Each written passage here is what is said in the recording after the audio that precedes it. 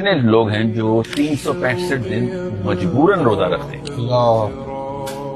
یہ سٹیٹس اس کی ٹریننگ کے لیے آتا رہتا.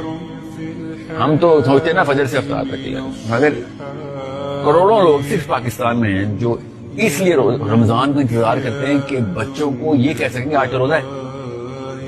صرف اس وجہ سے وہ رمضان کا ویٹ کرتے. اصلی خوشی ان کی،